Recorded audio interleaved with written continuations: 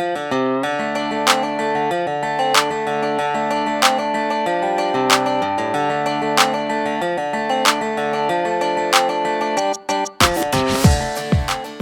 welcome in to Two Bears and a Ginger. This episode, we're gonna cut some things. Cut the crap. This is gonna be a continuation of Lou's project. You saw the transmission, the clutching. If you guys watch our videos, you've heard some noises coming out of the front end of his machine. So this little guy here that Jesse's got is the noisemaker. That thing has put up a fight, like a 2-year fight. Crack sprag, and she just holds on. So right now we're gonna take a moment and we're gonna honor that little guy and all it's had to put up through. Maybe a little moment of silence, and then insert the little clown right here. and then we'll take a look back at the life and death of this little guy here. 21-ton salute.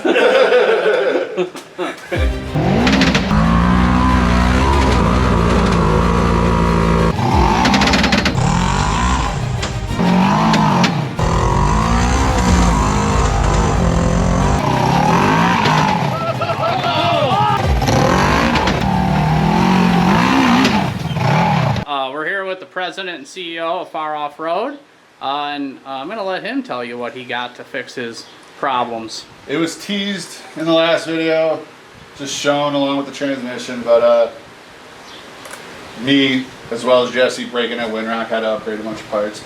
So, little baby guy gone. We're gonna shock put it in the river so you can throw it the furthest. You know, get some spinning action and do that. So now we're going to the big boy. Stick that in, hopefully no more ratcheting. As everybody's mentioned in the comments, oh, only 3 wheels are spinning. Well, yeah, you know, you sent a cracked sprag for, what, 2 seasons now?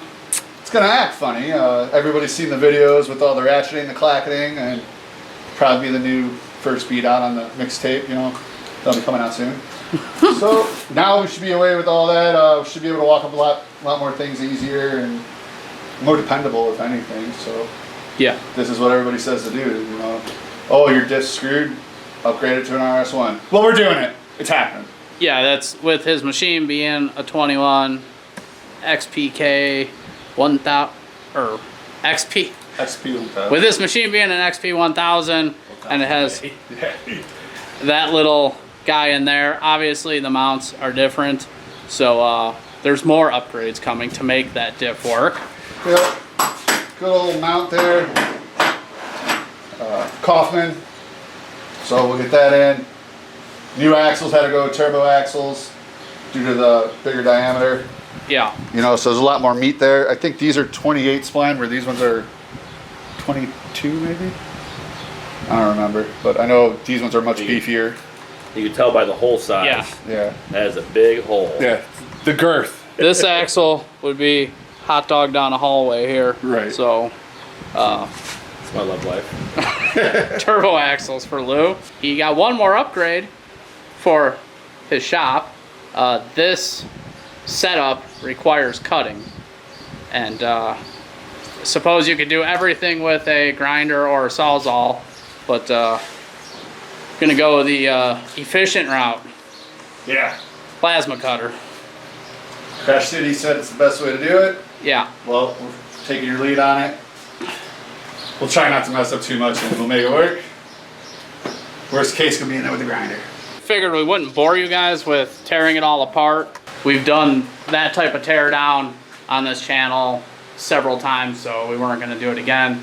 We'll just focus on the install of all the new stuff. First step, cut out some metal. There's gonna be a few sections he's gotta cut out. He's gonna do some artwork first, and he's gonna paint me like he paints his French girls. Yep. Anybody can paint. Look at him using a steady rest and everything. He is a professional. Yep. I think we're looking at the next employee of the month for F.A.R Off-Road. That's right. That's right. Pizza party. Yeah, Ashley, where are you at? Well, I think that looks right. You know what though? I am real curious with this rack boss if it's gonna fit. Yeah, so you have to notch around your steering rack, and he has the rack Boss 2.0, which is a little beefier. So Oh, you already have it. Okay. yeah. So let's hope. Oh, you do have to remove your dirt that was trapped under your diff. I'll grab the vacuum. That is a requirement for this project. I mean, not required, but it is recommended. Yeah, it's recommended. It's weight reduction too.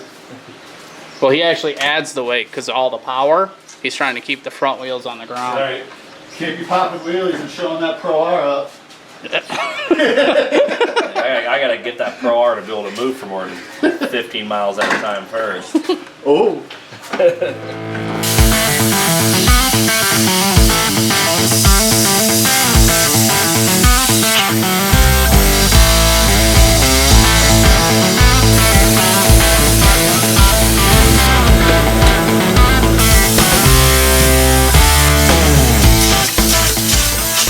Lou, he plasmaed his fucking safety glasses apart. Yeah.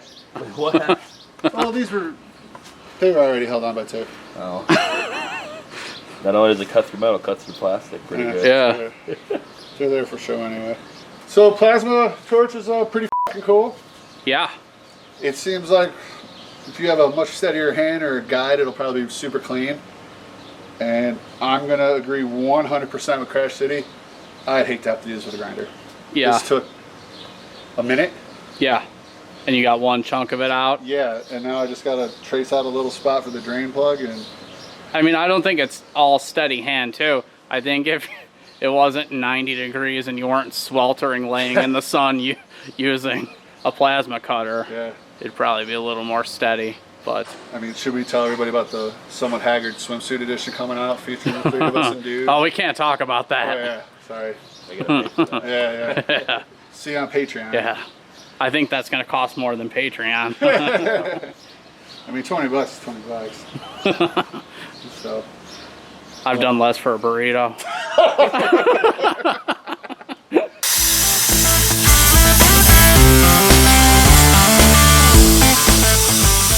So Lou's making the dangerous cut, plasma cutter, very close to the radiator. Alright, so he got this front one cut out. He's got the oil fill hole cut out. I don't know if it's gonna show up, but he's got all this front mumbo jumbo stuff cut out. And ow, god damn. There's these ledge. Yeah, the sharp edges. He's got to grind all that down, and then the steering rack one.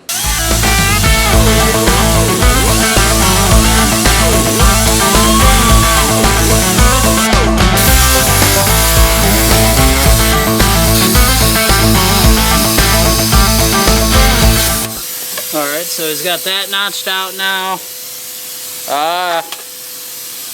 I think we're close to test fitting. I think we're ready to test fit. Thousands of tears later. Alright, well, she's set in there.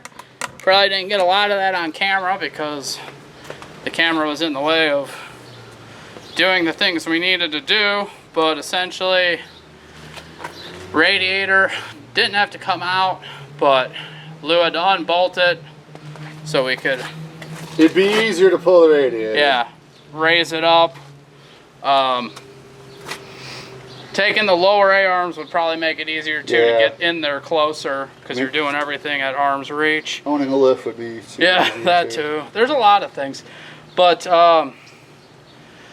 it's in, and it reminds me of back in the day when I used to wrestle gators.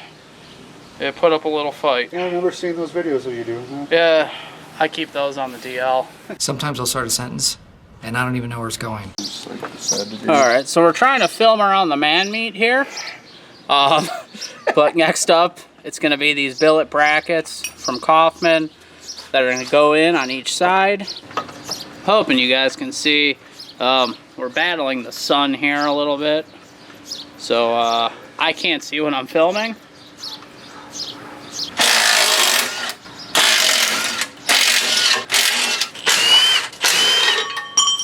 Hello.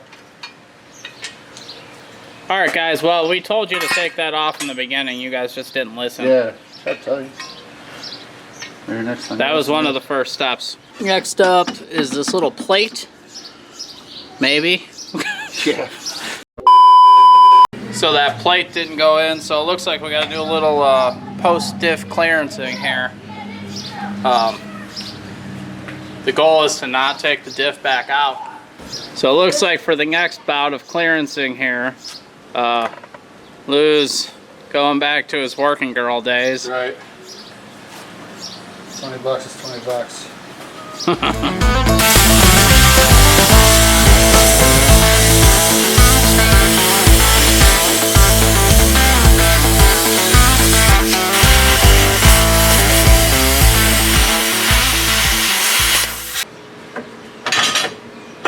Oh yeah.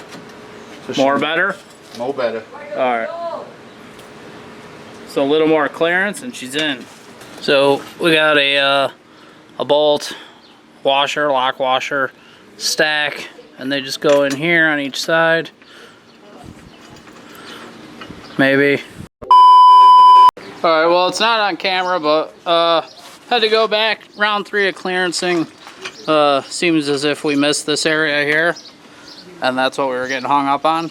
The bolts are starting now, so we're getting somewhere here. And as you can see, Lou's kind of leaving them loose. This is one of those deals where you want to get everything started and leave the shit loose until the end. Because you're going to have to shift things. So these front jobbers have a little spacer that Lou is inserting. That sounded dirty. So you put, oh yeah, so he's got that little spacer. He's gonna slide in there, and there's threaded holes in that plate, and he's gonna get it slid over that or drop it. Yeah. One or the other. Because I don't have my seat.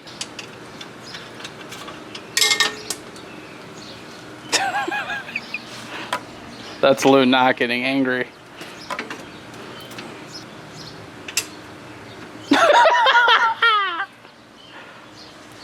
So you just drop it down the hole. Maybe pry down to get it lined up. Yeah. Then.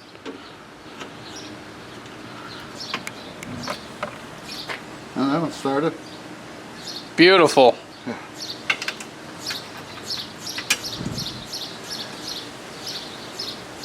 Hey-oh.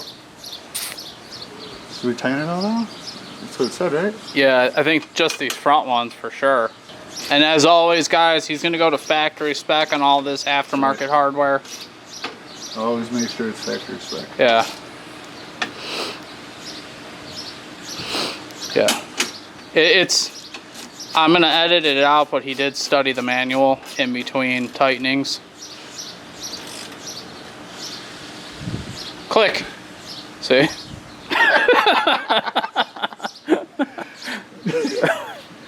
So when you live that RS1 diff life, you got these long jobs as your fastening hardware. Like.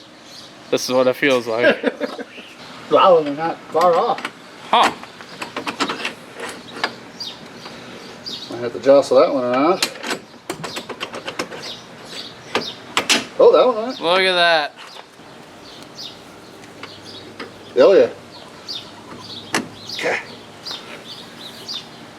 Is there still room to get that trash shaft on? Yeah, there is. Yeah, I wonder. Maybe kind of get things snug and try to get that bitch on. I was concerned that it'd be too far forward. We're behind, so that means we have shaft play. So I'm good with that. So what you're saying is you like to play with shaft. Lots of shaft play. First thing I had to sign off on the box of buying an RZR. How's your shaft play? Second to none. Do you like aftermarket parts? Good. How's your mouth play?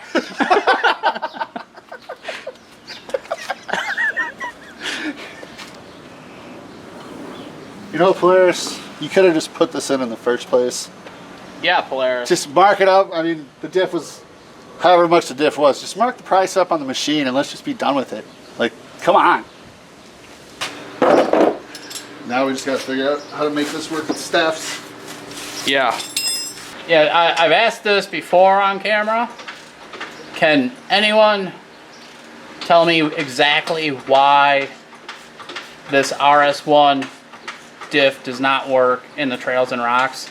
Is it the final drive in the trans? I ask it and no one ever tells me a definitive answer. I know you got to take the winch and all that bullshit out, but actually putting an RS1 diff, making it work with the transmission, does it work? All the kits say no rocks and trails. Damn it, I said it wrong. No trails and rocks and no high lifter. And I'm just trying to understand why. I know it has the factory gear reduction. I don't know. I don't get it. This video brought to you by Rubbermaid Stools. If anybody's got any connections to Viper Industrial, you know, give us a shout. Jeremy and I would appreciate some chairs. Even if they're not giving to us, we'd appreciate it. Some nice big wheels, being able to roll around for our large American bodies. Our big meaty rumps. Just, yeah, big meaty rumps on the nice meaty chairs. Yeah. Look at poor Luke baking in the sun. His ass is swallowing a Rubbermaid stool. Factory spec. A lot of people don't know that the clicking from the ratcheting of an impact, that means factory spec. Just as good as a torque wrench. All right, so diff in, hardware tight, factory spec.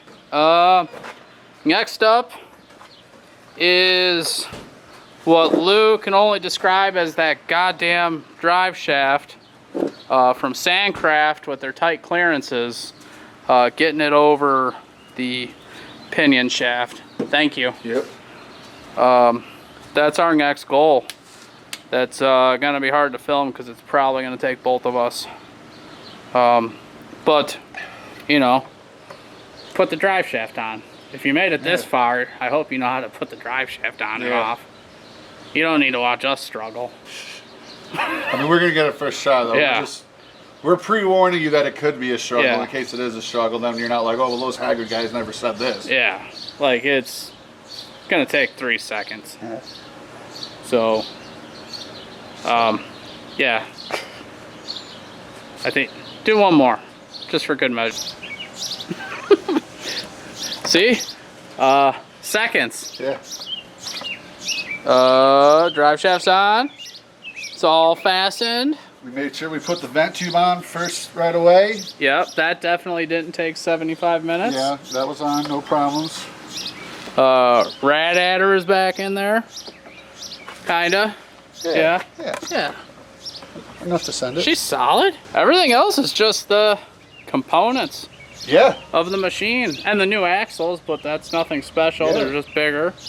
The only thing is I'll figure out the winch because that ain't going back in there. Yeah. Like, it's not going back there. Luckily, he knows a fabricator. Yeah. So overall, not too bad. Plasma cutter, definitely. Game changer. Yeah. Gotta have that. Without that, you could be sitting here for days. Yeah, I mean, it's not impossible without the plasma cutter, but just to push a button and rip through it, I mean, like, I fancy a torch, but plasma cutter's way to go. Yeah. Game changer for sure. I guess, full disclosure to you guys, he didn't clean up the cuts, didn't paint. This is just together, so that does help with timing. I know if you clean it up, super nice. Well, we're somewhat Haggard. I mean, come on. Yeah. And well, you have different plans. Yeah. So, yeah. So it's good enough. It works. The point is, it's got an RS1 diff now. Yeah. So that's it. We're gonna slap this bitch back together and like this. Yeah. I'm not gonna put the plastics on. I'm just gonna send it like this. Yeah, it's good enough. Who needs plastics? It's time for me to leave. I gotta head back to the wretched state of Illinois. So Lou's gonna get it finished up, and then he'll catch back up with you guys when this is all done. It's all back together. As you already know, Jeremy had to dip out. He's got the 2-hour drive back home. I'm super appreciative for him coming out, not only to film, he helped me tear all this apart. He helped me do the cutting. He helped me rip out the old diff. So did Jesse. Jesse and Destiny stepped by earlier. We got the new RS1 diff in there, new axles. What else did we do? Coffman bracket, the harness to adapt it over to this setup. Everything's all back together now. Hopefully nothing will break anymore on the trails. I'm really hoping that just all the issues are fixed. There's nothing else to replace other than a new motor, but we're not even going to talk about that. So, should be good to go, ready to take it out. I think the next trip we have set up is the Badlands Bash, the creator event. Hope to see anybody there. Anybody that can make it out. There's actually going to be a lot of people there. It should be a lot of fun. But she's ready to rock and roll. The only thing I do have to do is the winch didn't go back in because there's no way I was going to make it work on that plate. So I'll end up welding just a plate right here, putting it there, just where I have a winch, because you guys know how we ride. We got to have a winch in case we get stuck. But other than that, I'm going to let Jeremy do the outro, and we'll see you on the next one. Peace.